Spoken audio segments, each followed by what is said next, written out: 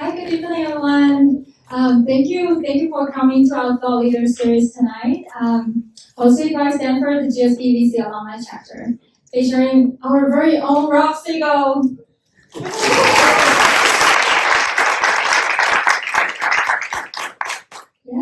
I'm Jing Kong, founding partner of Y Plus Ventures and the president of the Stanford GSB VC Alumni Chapter.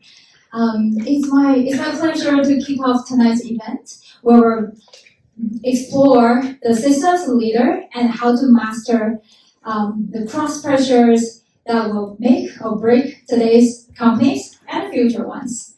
So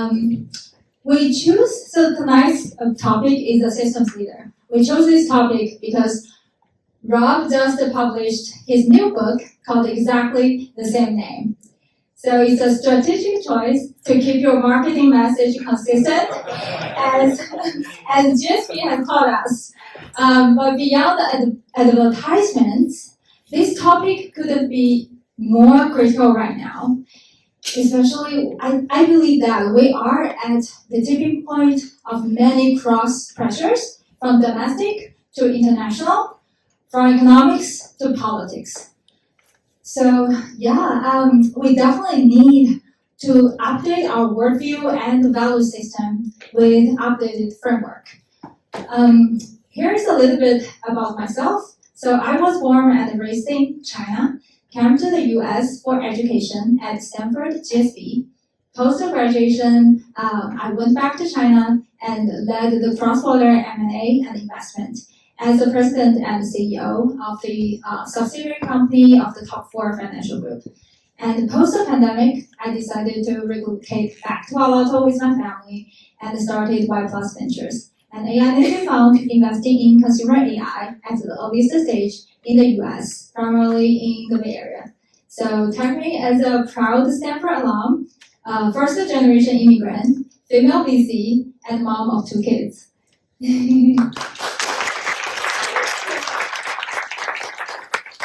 Thank you so much. And now it's my honor to introduce tonight's speaker, Rob Siegel. Rob is our proud GSB alum from the class of 1994, and now our very own lecturer in management at Stanford GSB. Rob has taught 9 different classes in his time at Stanford and authored over 115 cases. Rob is also a venture partner at Piva Capital and general partner at XSeed Capital. He was previously the general manager of the Video and Software Solutions division for GE Securities and served in various management roles at Intel Corporation. Rob is, of course, the author of The Systems Leader and the Brains and Brawn Company. Most importantly, he is the father of 3 grown children. So tonight we'll start with a keynote from Rob and then dive deeper with fireside chat and audience Q&A. So let's give a round of applause to welcome Rob Siegel to the stage. Thank you. While I switch slides here, that's me. Let me get this out of here. Modern technology, always gotta love when it works. All right. Before I get started, raise your hand if you're a GSB alum. Raise your hand. Undergrad here at Stanford. Engineering school. Law school, medical school. What if you're just here for the free drinks? Anyone I missed? Any other alumni groups? MSX. Yes, GSB! What we're going to do is I'm going to spend 15 minutes giving a quick overview on systems leadership, and then Jing and I will do a quick fireside chat, and then we'll do Q&A. Interrupt me at any time. Raise your hand if you ever took one of my classes. Okay, all right. Nice to see you. All right, let's get started. Those of you who you know all the jokes. Who am I? I'm Rob. I'm the short, bald guy in front of the room. Jing gave all of kind of the background of who I am, but most importantly, and this is the single most important thing, once upon a time I used to have hair. It has nothing to do with anything I'm going to talk about, but I love showing the picture. Taught 10 different courses now at the GSB, and you'll see some of the stuff that we'll go over today are drawn upon the companies from all over the world that we had the good fortune of studying. Some of you have heard of Warren Buffett. Warren Buffett is famous for having said, it's only when the tide goes out we know who's been swimming without a bathing suit. And when he said that, he was talking about economic cycles. During good times, a rising tide raises all boats, and during bad times, we've got to make sure that we're running the company well and we have good unit economics. Well, I'm going to argue that the tide is out and it's staying out. That we've seen such unbelievable disruption of what's going on with the speed of change that it feels like we're in a world of constant crisis, and new technological innovations are coming at a speed the likes of which our species has never seen. And if we look back over the last 25 years, right, we have technological upheavals, economic instability, geopolitical conflicts, we had the global financial crisis, changing societal structures. Many of you are Gen Z. Y'all are just different, right? I have a father, 3 Gen Z, I get to say that. And now that Gen Z has hit the grad school level, their lived experience is just different. Their worldview is different than millennials, even different than an OG Gen Xer like me. And we've got this rare combination of chaotic forces that when I talk to leaders around the world, it feels like their sense is no matter what they do, they're going to get it wrong. And they feel like they're going to be vilified for whatever they do. And they're really struggling with how to lead their companies, whether it's startups or large organizations. And what I argue is that they're being really pulled by these cross pressures, as Jean talked about. Like, over here, I've got to do this, and if I do this, I should be doing something that's 180 degrees different. And they feel like they're pulled in opposite directions, and they actually literally get stuck, and they don't know what to do. Now, I'm going to talk about what will work, but let me start first with maybe some stuff that doesn't work. I call it unserious behaviors in a serious world. And to show you that I will equally opportunity anger somebody in this room, let me give 3 examples of things that I call unserious behaviors in a serious world. Do y'all remember when Elon Musk and Mark Zuckerberg were going to fight in a cage match? Remember that? Right? We were reading about this on every news story, everywhere, every country, every continent. And everybody in this room had 2 thoughts. I'm going to watch it. And this is wrong. Like, why in the world are 2 of our most successful business leaders doing this shit? In the center, AOC, a very, very successful congresswoman here in the United States, tweeted out the following: if Republicans are so sexually frustrated, they shouldn't take it out on my personal life. And I remember seeing that tweet and thinking, I couldn't imagine Indira Gandhi, Margaret Thatcher, or Golda Meir sending something like that out. But this is something we see as common, this taunting that we see from our political leaders. On the far right, something common to all of us here as Stanford alumni, Sam Bankman-Fried, who grew up on this campus, whose parents were part of the fraud of FTX, dressed like a slob, would go into venture capital meetings, the greatest venture capital funds in the world, play video games, and be celebrated for his genius. And we look at this and we know that it's divisive, it's destructive, and it's limiting. We know this. The question we have to ask ourselves is, what is compelling? I'm going to argue that really there are a set of things that leaders can do that I call, set of behaviors that I call systems leadership. Systems leadership is fundamentally comprised of 2 things. Number 1, the ability to live in certain dualities, to internalize inside of ourselves some of this yin and yang, if you will. And also the ability to see systems, see interactions between functions inside of a company and a company in its broader ecosystem. Jean talked about cross pressures. In the book, I highlight 5, not necessarily the only cross pressures, but 5 that came up when we studied over 100 different leaders from around the world. Number 1, priorities. How do we deal with execution and innovation at the same time? If any of you took classes from Robert Bergelman or Charles O'Reilly, this notion of the ambidextrous organization, we would have that historically in 2 different parts of the company. Now things are going so quickly, we have to be good at both. Secondly, people. How do we lead with strength and hold our teams accountable? But how do we also show empathy? You can't be screaming and yelling at your employees anymore. That doesn't work. Third, sphere of influence. How do we think about internal and external? You used to have an externally focused CEO, an internally focused COO. Can't do that anymore. If you're in finance and you see the numbers changing, you got to know what's going on outside of the building to make sense of this. The 4th cross pressure, geography, local and global. Right? We saw this with the displacement of labor and capital that led to the rise of populism all over the world. we've got to know what's going on in different countries. And then finally, the one I probably feel the most passionate about is purpose. How do we balance our personal ambitions with being a statesman or a stateswoman or a steward of our organization? What I would argue is that if one follows the behaviors of systems leaders, we actually can address some of these cross pressures. Systems leaders fundamentally do 4 things. They operate at intersections. They manage context. They think like a product manager. That's conscious bias. Get to that in a sec.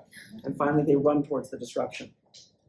What do I mean by this? Let's talk first with operating at intersections. Duality of the systems leader. Left-hand column, the disruptive leader. This is Silicon Valley, right? It's digital, it's horizontal. Mark Zuckerberg woke up today. 8 billion people in the world, 2.5 billion people using Meta products. He's thinking 5.5 billion people to go. Technology, it's software-based. Outcomes, winner take all. Workers, gig. Government, libertarian. The Silicon Valley that I grew up in, it was awesome. Washington was 3,000 miles away. Just leave us alone. The middle column, the incumbent leader. This is when I ran my division of GE. It was hardware-based. It was vertical. Continuous improvement. If I gave my customers a 5 to 8% cost improvement every year, they never left me. Government, I engaged with them. Systems leaders take the best of both of these. They understand hardware and software. They understand vertical and horizontal. They drive towards dominant share. Future of work, when they think about it, is not about remote versus in office. You think about a portfolio career. I have a portfolio career. I'm a member of the Stanford faculty. I'm a slimy, scum-sucking VC, and I'm a consultant to people all over the world.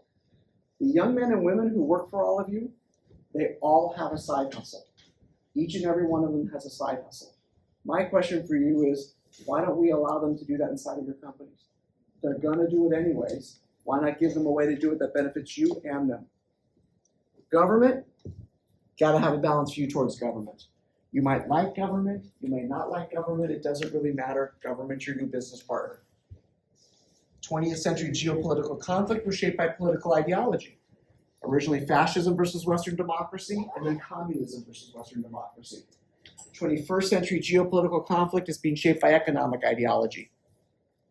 At the extremes, dictatorial capitalism, uncontrolled capitalism, and democratic socialism. And because of communication and collaboration tools, you as business leaders are going to be the center of this on a go-forward basis. You've got to think about crossing borders and knowing what's going on between these different groups so that you can figure out how to navigate it with your customers, with your suppliers, and with your employees. Systems leaders manage context. We like to say in the class, this was a class I taught for 8 years with Jeff Immelt, my old boss from GE, truth equals facts plus context. In the craziness of the times, we've got to help our teams understand what's going on. We turn on our computers every day. Holy shit, what happened last night? Right? How do we help people make sense of this? You've got to be really, really good at setting that context for the men and women who work for you. Thinking like a product manager, I did say that's conscious bias, and that's true. I grew up as a product manager. Anybody here a PM or their careers in products? That's right. For all of you PMs, you know that you're responsible for everything and you own nothing, right? And you've got to get the organization to do what you want when you don't control those resources. I think great product managers understand what customers need. They know how a product gets built, and they understand the commercial momentum of what it takes basically to take that product to market. Great systems leaders understand all parts of what it takes to make a company run. And then finally, running into the disruption. We as humans hate change. It's a big lie. Change lives, change organizations, change the role for the GSB, all lies. Humans hate change. It's hard, it's difficult, we don't like it. The challenge of it is, however, we have to run into the disruption. When I was young, like all of you, when I graduated from the GSB, I went to work for Andy Grove, former CEO of Intel, and he used to tell us, you cannot save your way out of a recession. You need to invest your way out of a recession. It's the same thing on this. When you're dealing with big, deep technological change or societal level change, you can't sit there and get fetal and hope that it's all just going to pass you by, right? If you try to sit still, you will lose. You've got to run into the disruption. You might fail, but the only possible chance you have to succeed is to run into the disruption. Said differently, what's outside the front windshield of the car is not what's in the rearview mirror. Now, we studied a bunch of leaders, and I'm just going to very, very quickly give you some highlights of some of this is talked about in the book. Let's look quickly at the 5 cross pressures. I'll give one example of each, and then I'll do my Q&A. All right. Priority, success, how do you succeed in execution and innovation? Julie Sweet runs Accenture. Almost $65 billion in revenue and 800,000 people. Her philosophy is they need to be an innovation-led company. Right, so they, over the last decade that she's been running the organization, went from low cost, basically back-end IT. They moved up the stack and did cybersecurity in the cloud. Now they're at the forefront of AI.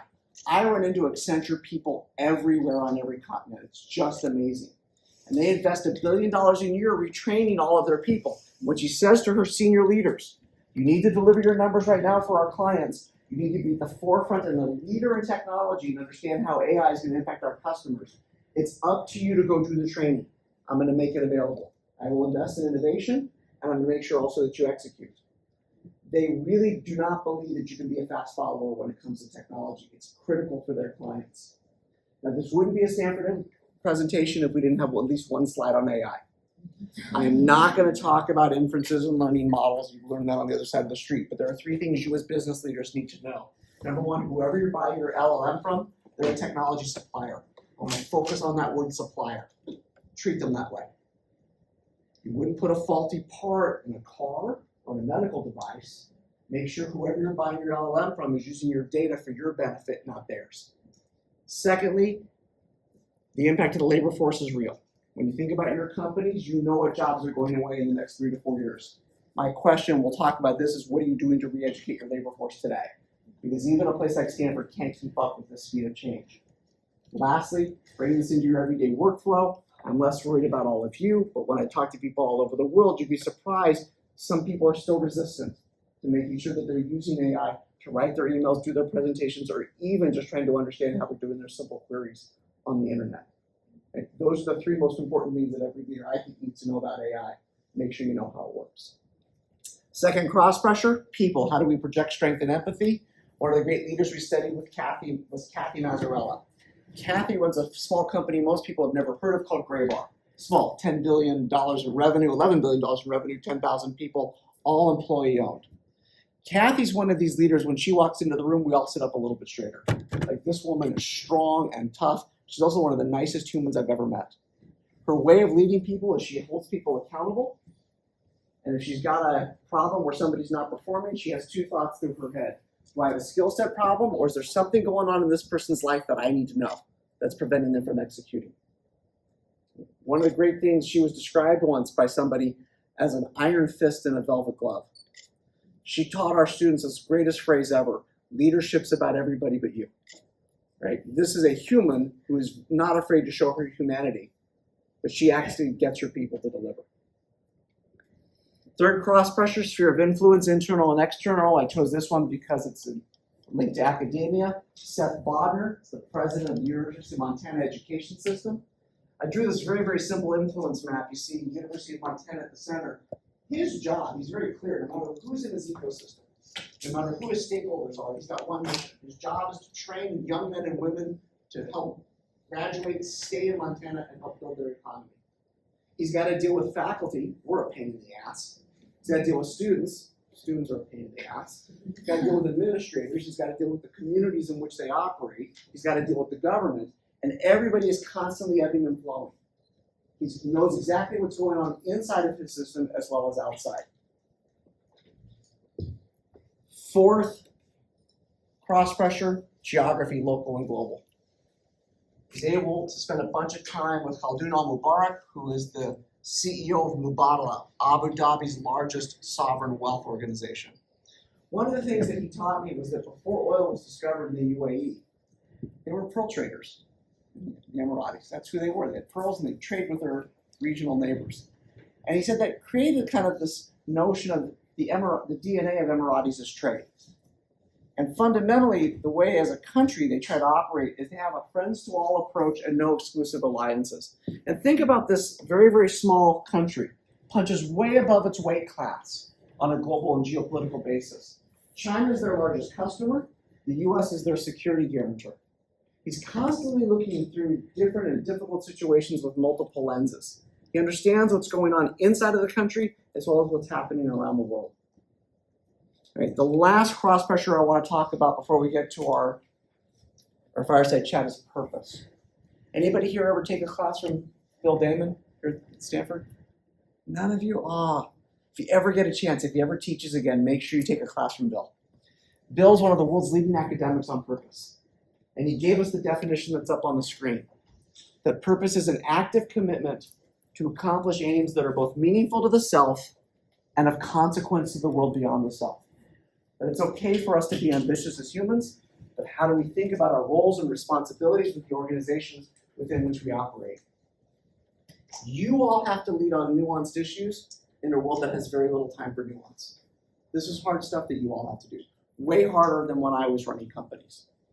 I was asked by my executive coach, I was on sabbatical and I was working with a coach, and we were talking about statesmen and stateswomen. And she looked at me and she said, Rob, how would you describe them? You know, some of the leaders that you work for who were great statesmen and stateswomen. And I came up with 6 attributes. Number 1, they bring a gravitas of personality and purpose. They don't do unserious things in a serious world. Secondly, they bring an intelligence and wisdom without the seriousness of the times. They know what's going on. Third, they're dependable in volatile situations. These are the people you want next to you when times are tough. Fourth, they bring a moral guidance based on principles and actions without hectoring and condescension. And we're being snarky, I would say the exact opposite of the Bay Area. I'm going to try and anchor everybody in the class. Fifth, they drive change beyond self-interest. Kind of gets to the Bill Damon definition. And lastly, you know that expression, it's about how you show up? I augment that. It's how you show up, it's when you show up, and if you show up.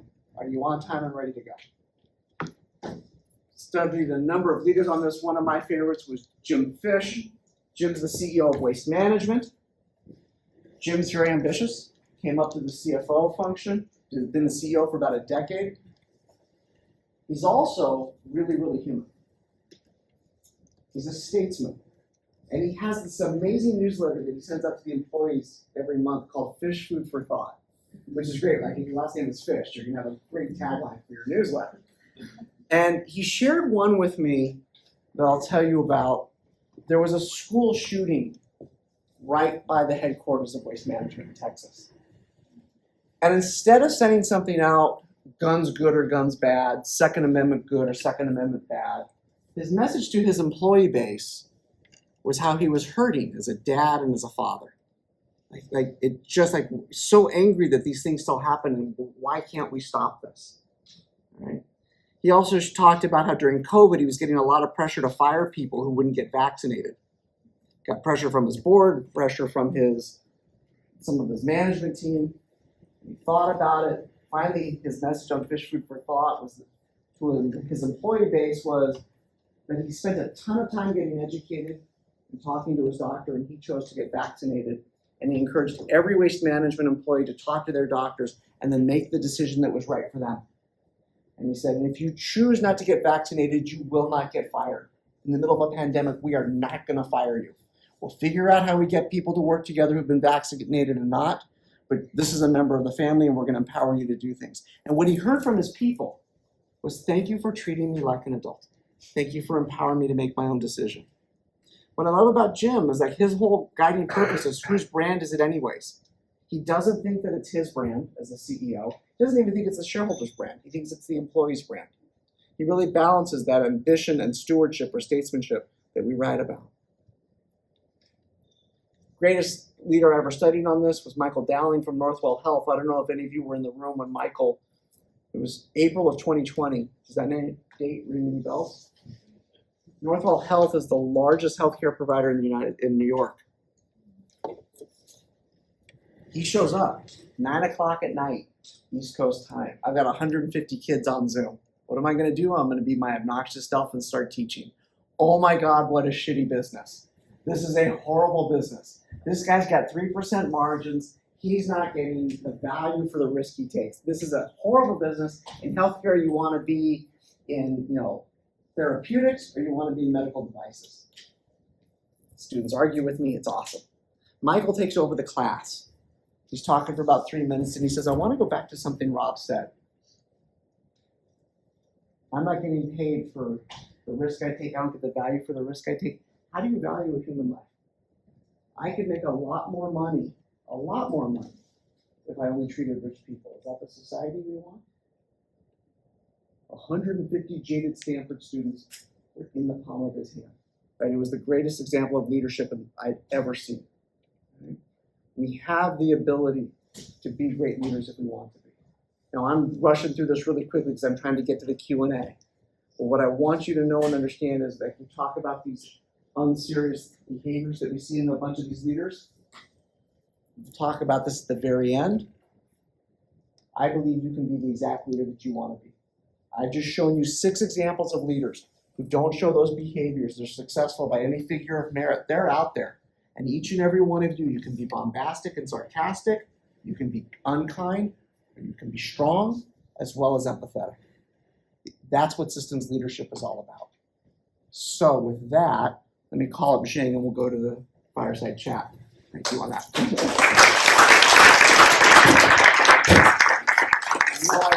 sorry, it's hard to do it in 15 minutes.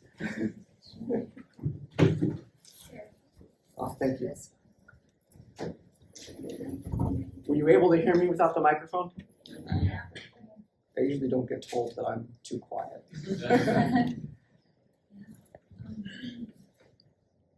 Thank you so much, for your insightful talk. I guess since you talk a lot about what it means to be a systems leader, I want to actually open with a backstory. So I'm curious, what inspired you and Jeff Immelt, the former CEO of GE, to develop the systems leadership framework? So I worked for Jeff at GE, and I was a low-level executive. Jeff probably never remembered me, but we were introduced to each other by one of his vice chairs. And he decided that he wanted to come back and teach when he was being forced out of GE. And we came up with this idea of systems leadership, which was a sister course to the Industrialist Dilemma, which I think you took. And Industrialist Dilemma looked at digital and physical. Systems leadership was looking at what do we need to do as leaders inside in an ever-connected world. When COVID hit, it became about crisis leadership. And as we came out of COVID, we kept seeing these cross pressures, and every leader we brought, whether it was from a startup, venture fund, or a large organization, they were just struggling.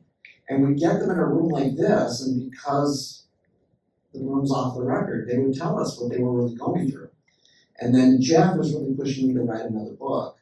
And I vowed after my first book, I'd never write a second book. And then Jeff just kept pushing me. He's like, fine, shut up, I'll write a book. And so that's why I wrote the book. But it became a kind of a good way to kind of wrap up 8 years of research. And then I also found that when I was talking to leaders, I could describe a lot of the frustrations and fears that they had, but also try to give them a path, not that it's like everything's going to be okay. Not that if you do these 5 things, you'll be perfect. That's a listicle you'll find on TechCrunch. But more, here's a framework and a way of thinking and a way to approach the challenges that we're all confronting. I don't think it's going to get easier. And that's not a good or bad, it just is. So the idea behind the book is just to give some people some tools that hopefully help them get through kind of the everyday challenges that we all face. Thank you for sharing that. Definitely, we felt a lot of tensions behind the modern leadership. Yeah. So how about let's just do a quick poll with the audience. In your workplace or professional roles, raise your hand if you have ever been pulled into some multiple conflicting directions and that you felt that you could never get it right. Wow, so almost everyone. That sucks, right? I tell my kids, adulting, it's just a pain in the butt. But it's kind of being a leader today, it's hard. That's the other thing is like, your jobs are hard. Way harder than when I ran companies. Way harder. That's true. So how can the systems leadership help us mentally and emotionally handle this tension of never getting right? I think there's the awareness of what's going on, the fact that it is hard, kind of that acknowledgement of it, trying to understand and identify why we might be feeling that way. I mean, I identified 5 cross pressures. There are others that you might be facing. And then just that notion of like, we see leaders, we see these men and women who are just so normal. Like, these are the most normal humans you've ever met. And like you look at them and hopefully you can say, well, maybe I can take that from this person, or I can take that from that person. It's been weird. The book came out a month ago, and I've been kind of surprised how many messages I've gotten, like people I don't know on LinkedIn. Oh my goodness, Rob, this paragraph, this is what I'm living through now. And so that just kind of, that's the other thing, is the last chapter in the book is you're not alone. Like, you're just not alone. And other people are feeling the same way. So hopefully we can learn from others. Good, thank you. Yeah, but to your point, actually, on the flip side, we also saw some leaders seem convinced they are always right. Mm-hmm. And then even slip into the unserious behavior you call out in your book. So yeah, my question would be, do you think is that driven by ego or external pressures or something deep in the culture of like leadership today? Well, that calls for speculation. My belief is that some of it's going to be intrinsic to who they are, whether it's their genetics, how they were raised, whatever it is. I also think they get rewarded for these behaviors. They get clicks and likes. Let's be clear, like, you know, they're constantly in the press, and that's a stroke to the ego, and it's probably also good at some level for your companies. You know the old expression, the only bad press is no press, and so they play to it. And we reinforce that every time we click and we kind of read things over and over again. And I guess my point is you can see that, but you don't have to do that. You can be that person if you want to be. Anybody take a class with Robert Sapolsky? You know, on the other side of campus, he wrote a great book, Determined, A Life Without Free Will. He's full of shit. Right? He's got more intelligence in his pinky than I have in my whole body. But he believes fundamentally that we don't have free will. It's a great book. But he believes basically we're all just biologically evolving, and it's all reactions, series of synapses that fire. One of his great lines is that we don't really fall in love with people, we just like how they smell. And that's why we're attracted to people. And I want to be clear, I've been married to the same woman for 30 years. I love how my wife smells. I do. 30 years later, I do. You don't stay married for 30 years and launch 3 kids just because you like how someone smells. Right? It's a commitment to a family, to a relationship, to a home, and everything that goes with it. And I think leadership's the exact same way. It's a commitment to these principles. Do it or don't do it. You all have free will. You all have agency. I'm a big believer in that. Well said, well said. Then the next help-needed question for me in my mind is, when you encounter those two types of leaders, either never getting it right or always right, as their, for example, business partners or team members, how can we effectively manage ourselves or even manage them, if we can, to still push the direction for the system to be in the right direction? That's a good question. I think that I try to focus more on managing myself. It's almost impossible to manage other people. And so for me, like one of the things I talk about is like in these times of volatility, we all have strengths and development needs, and we kind of fall back on who we are. And for me, for example, one of my development needs, one of my greatest strengths is my passion. Like I'm like this all the time, even when I'm not overly caffeinated. This is exactly who I am. My greatest development need is my passion. And so if I can't control that, I'm not effective. And so for me, if I'm in the situation, sometimes it's not reacting as opposed to reacting. There was this great expression, leadership is the ability to constrain a response to a given stimulus. Like, that's me. Like, that's me. That's like my biggest challenge. And so I think all of us have these strengths and development needs, and just being aware of what they are in these volatile situations, that self-awareness is the first step. I'm a big believer that our job is to get it right, not to be right. And so how do you, like, get a product manager's mindset? You don't control the resources. How do you get the organization to move where you want it to? And so, you know, thinking about where's the other person at. And like, look, no one's going to convince Elon Musk of anything, but Elon Musk is 18 sigma to the right of the mean. He gets written about way too much. Same thing with Steve Jobs. You get a leader like that once every 100 years. The rest of us, mere mortals, we got to find our way to get through it. Mm-hmm. Thank you so much. Let's keep the authenticity and passion along the way. And yeah, let's talk about then, since you mentioned it, let's talk about the gray area of leadership. Let's go a little bit darker.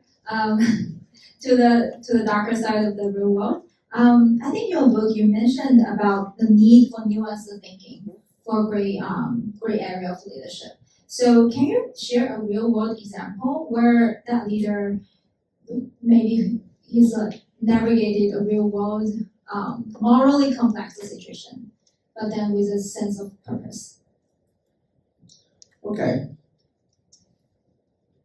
If I haven't interviewed you yet, I'm probably about to.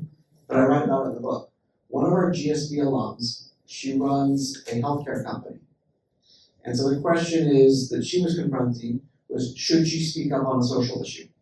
Right? You know, by the pendulum has swung, but this is one of our alums, a great leader. And she had a heuristic about whether she should speak up or not. It was, does she feel passionately about it and does it impact their business? And so when Roe versus Wade was overturned, she was getting a lot of pressure from her team to write about it. And it impacted their business and she cared passionately about it. So she wrote about it and wrote why she thought it was a bad decision. And about 3 days later, she gets an email from somebody inside of the company that she describes as nothing short of a beautiful email. And it was one of her employees who wrote that she very much loves the company and very much appreciated the op-ed that the CEO wrote, but she had to quit.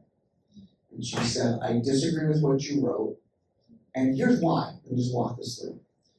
And the CEO's reaction when she read this was like, wow, this is a very kind, thoughtful, intelligent reply. And so they had a great back and forth on the CEO trying to get this person to stay, and the employee said, no, I don't feel welcome here, I need to go. And this is a very, very sensitive issue. If you find an issue in the world or in our country where it's split 50-50, it's probably hard. There are probably different perspectives and points of view, and the CEO learned things that she hadn't thought about in this. And what was interesting is that she went to she had a DEI organization, and still has it in her organization, and said, hey, we need to write this up because we failed in this and how we handled it. And her organization pushed back on her. This is not consistent with our values. This person should go, should be a part of our company. And the CEO's response was, we were not inclusive.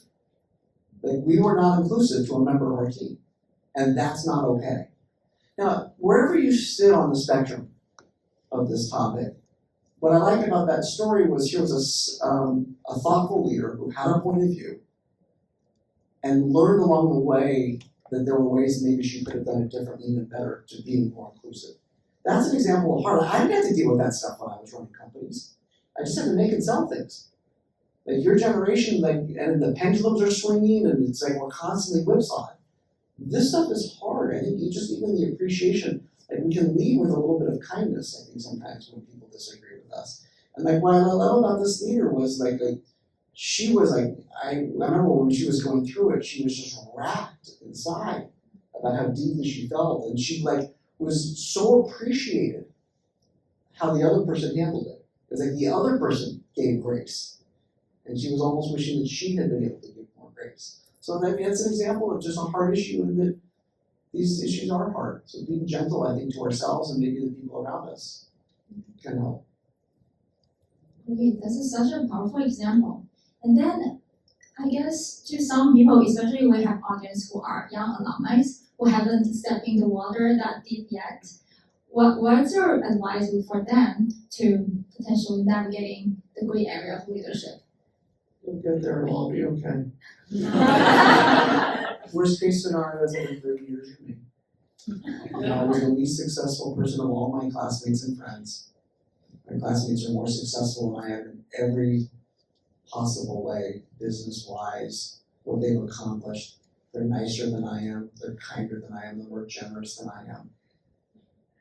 If you stay alive long enough, we're all okay, all of us got to go to Stanford.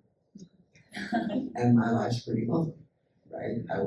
My life, I didn't have any real success until a lot later in life. I was a late bloomer. That's your floor. And so, don't compare yourselves to others. We're all on our own journey. As long as we're above ground, it's a good day. There are some certain joys, by the way, to getting older. There are certain joys, and you kind of realize the stuff that we worry about when we're younger, not that important. But it doesn't mean like you don't feel the emotions, but be kind to yourself. Everyone's on their own journey. That's what I would say. Thank you for the kind advice. Let's switch gear a little bit. Let's look into the future. Since we are living in the era of AI, it's very hard not to talk about AI right now. And so in your mind, looking forward, as AI and autonomous agency, like agents, they become part of the organizational brains and the nervous systems, how would managing accountability and empathy look like in the future? You know, it's funny, I get asked, the single most question I get asked the most often from companies and CEOs and leaders is, Rob, tell me what company has completely reinvented itself with AI. And my answer is no one. But everyone's trying shit and throwing it up against the wall and seeing what sticks. And so I think part of it is like we're going to see some things that are working and some things that aren't, and we don't know what's on the other side. Like you talk about the future, I don't know, right? You know, whatever you're going through with AI in your companies, it's nothing like what we're dealing with here at Stanford. It's not. 100% of our students do all of their work with AI. There is none of like with your company where you've got 100% of people doing everything with AI. All of our students write all their papers and do all their problem sets with AI. Full stop. And I've got even colleagues now on the faculty are thinking about like, can we use AI to grade the papers and grade the problem sets? Right? And that's the right reaction, which is like, wait a minute. The bots are writing the stuff, and the bots are grading the stuff. What role do the teachers and the students play in this process? And so I kind of like that uncertainty is like, well, wait a minute. They're not going to stop. You can't play gotcha. Then the question is, how do we test for mastery? What are we trying to test for? How do we make sure people are learning? You know, when the piano came out, Bach and Mozart weren't there on day 2. Right? They were instruments we learned to play. We're going to see the same thing with AI. And so I think a lot of this right now is we've got to figure out, like, we don't know what this is, but like it's going to happen. You can't fight it. You can't put the genie back in the bottle. And I think getting comfortable with that ambiguity is, I think, the most important thing. I don't know what's going to happen in education. I have no idea. You have 2 kids, 7 and 5, right? Yeah. Okay, so you're probably thinking about what are they going to learn? How are they going to learn? By the way, is this just, now we have graphing calculators, so that's all okay, we don't need to, is that what this is? Or is it something more? By the way, I gotta tell you, this place can't keep up because it's just moving too quickly. And the technology, and I graded 82 papers in systems leadership this year. The quality of the bottom papers came up over previous years. By the way, same prompt I've used for the last 8 years. The bots aren't in the room, the bots can't answer the questions. But of course everybody runs it through ChatGPT anyways. And so the quality of the bottom papers came up, the quality of the mean had dropped substantively.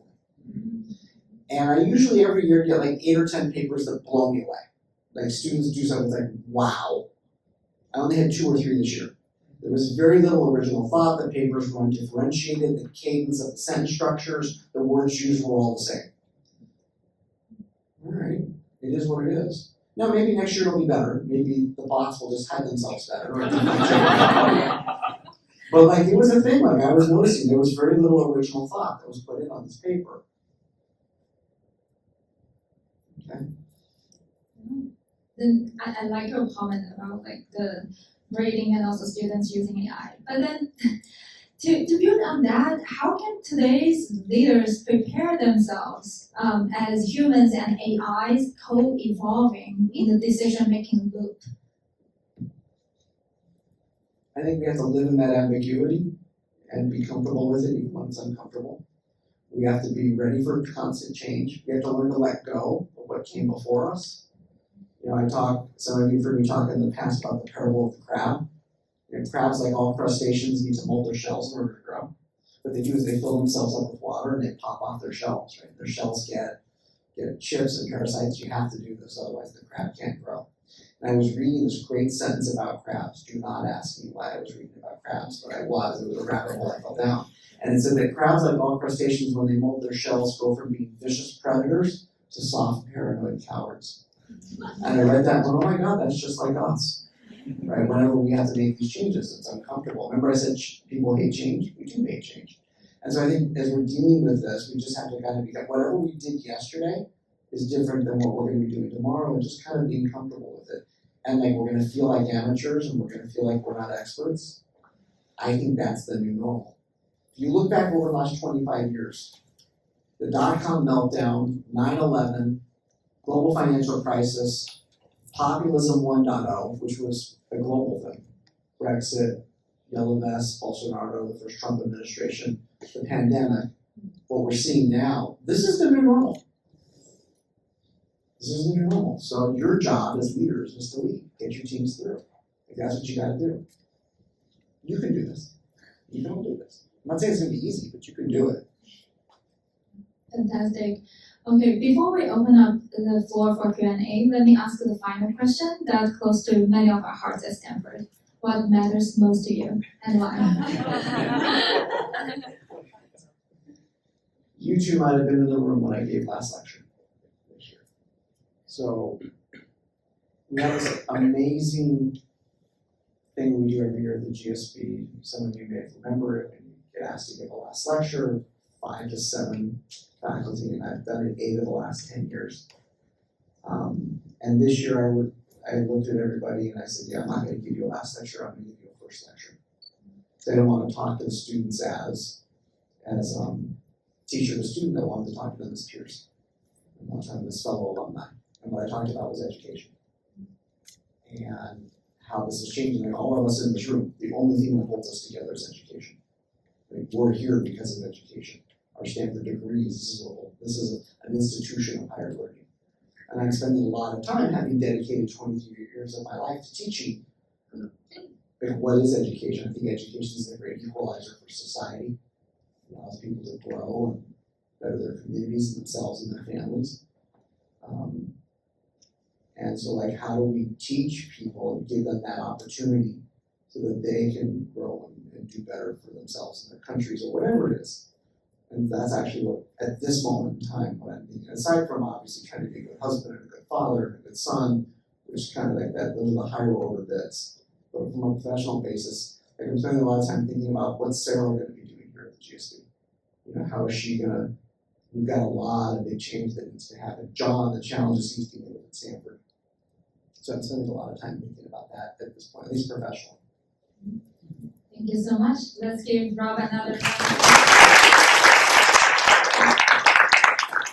Do you want to do 12 minutes? Yeah. Anybody have any questions? We can. Okay. Hi, my name is Minha, and I got my PhD here in computer science and also computational biology and also study at GSB. So I feel like here we have great opportunities to get the education and get all the help from the VCs and also the lectures here to become like startup founder. So I really want to hear your insights of how do you value the most important qualities of like startup founders. Like it's kind of also kind of leadership, but it's like for startup we have limited resources and also like you said, the winner takes all. And also there are some news like Wingsurf and Scale AI, their CEO just like join some big companies and leave the company alone. So I really want to hear your comments on that. Thank you. All right, so I saw Alan walk in. Hey, Alan was my partner. My former student was my partner at XSeed. When we were running XSeed at one point, we looked at the investments where we made the most money, and we said, what were the attributes of the great leaders? And we came up with 4.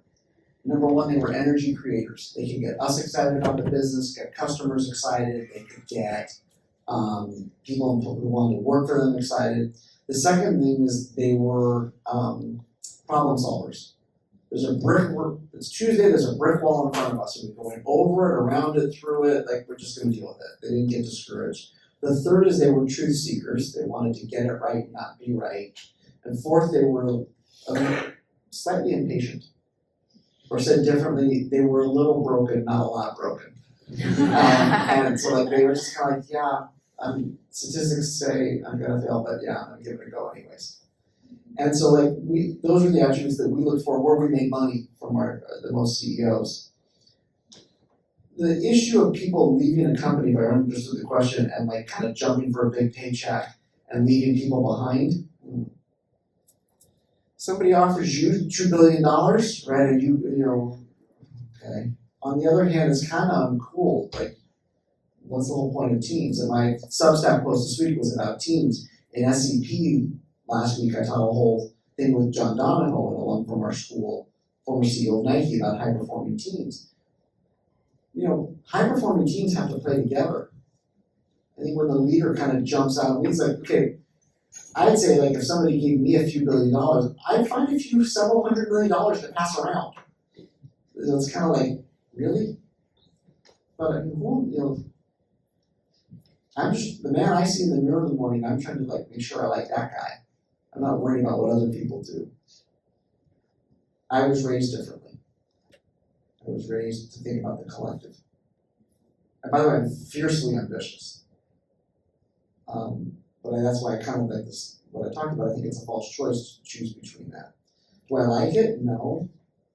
I've never had somebody offer me a few $1 billion. So like I don't know how I reacted that moment in time. I hope I'd be kind and generous, but I don't know. It's never happened to me. Has it happened to you?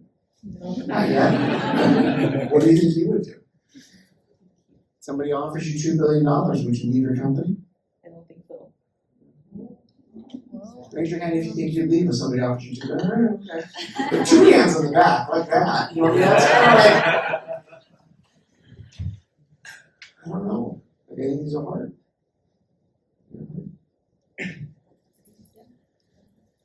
It's interesting what you said about truth seekers, for instance, being one of the metrics for success. And one of the implications of AI is that actually we get worse at answering questions. And we've got a whole education system that's built around answering questions, and actually great value resides in like the ability to ask questions. And I've certainly been in rooms where bosses have said, "Minion, answer this question," and I can't. So like, I wonder how you think that changes the dynamics in companies, and particularly as leaders. If you're like, presumably that people get better at asking questions, so perhaps the best rise to the top in a different way, but also like how that affects the way you have to, handle your underlings, so to speak. I'm going to give attribution credit to a friend of mine. We were talking about this at lunch yesterday. One of the things that he said is, if asking questions is kind of the key to actually getting towards better answers, that's a creative process, right? Knowing how to, and it's not just superficial questions, it's going 3, 4, 5, 6, or, most of what we teach at the GSB is done Socratically. And so I think that, to the point that was asked earlier, I think you run the risk of getting caught in an echo chamber if you only ask the one question. How do we teach people to ask 7 or 8 questions and kind of not be satisfied until they keep getting down to root cause? And so I don't think we know all the answers right now, but I think that's kind of like developing it like a muscle and thinking about how do we use the tool to make us better at what we do, as opposed to I'm just trying to do something quickly so I can go to beer pong league. Like you can use that, but that's not a great use of the tool, and it's probably not helping you as an individual. And beer pong league is awesome. Our students like it. So like they're doing it, it must be awesome, right? On the other hand, for our tools and what we're doing professionally, if we're seeking to learn, seeking to be better, that's what being a truth seeker is. I wish I had better answers.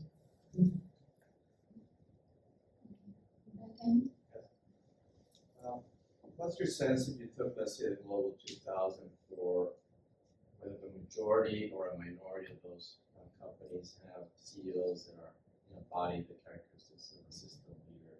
And is this something pervasive? Is it just or examples you gave me, just a minority of those? And the same question for the Silicon Valley ecosystem.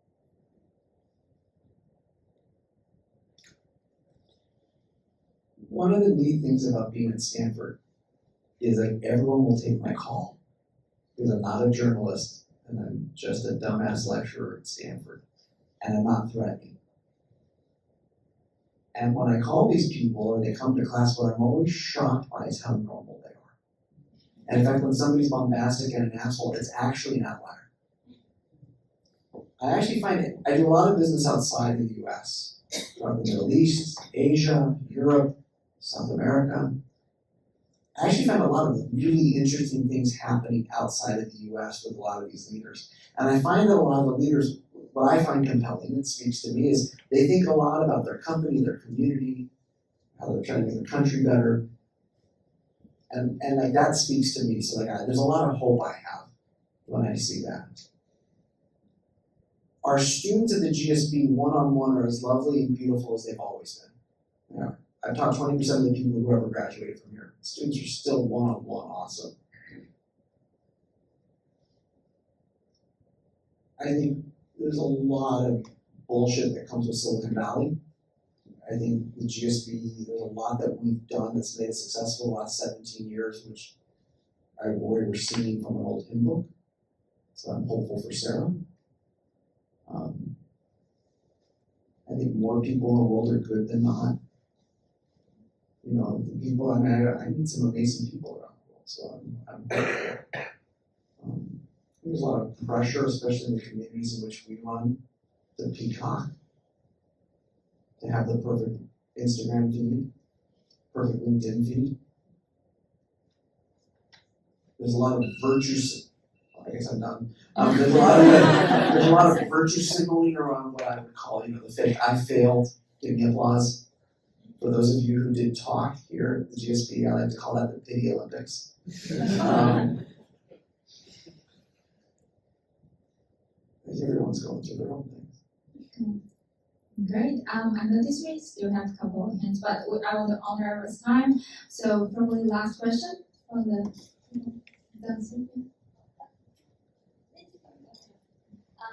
So interestingly, like in our company, we were told that there's going to be more individual contribution tracks, even like kind of going upwards, and we're not going to be having kind of single middle management structure, etc. Because of AI.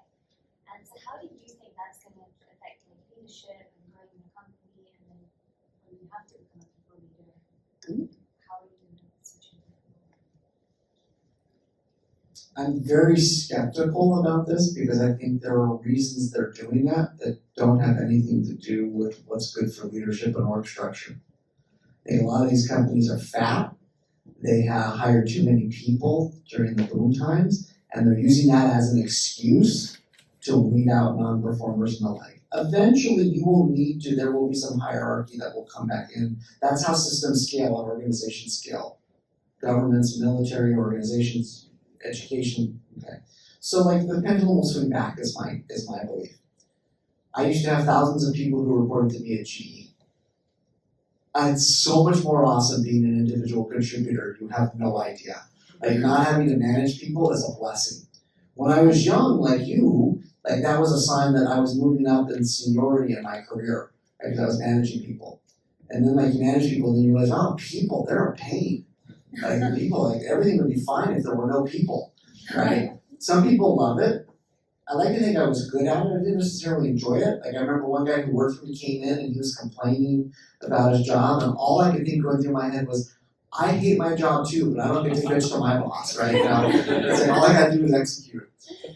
And I had to smile and be empathetic, and that was okay. And so I guess the two things I'll say to come back to, I think there's a lot of other things that are going on about why they're saying that. Just a gut feel, I have no data for it. And then on the other hand, there's a blessing to it. I'm really glad I managed people. I learned a lot. I'm old now. I love being an individual contributor. All I have to do is make other people happy and try to please them with my work and how I think and what I do, and that's great. I don't have to manage other people, but I do get the blessing of mentoring students, so I get it that way. Great. Thank you so much. As our evening comes to a close, I want to send a heartfelt thank you for every one of you for joining us tonight. And it's a remarkable time with the systems leader, with Rob Siegel. So thank you so much for coming.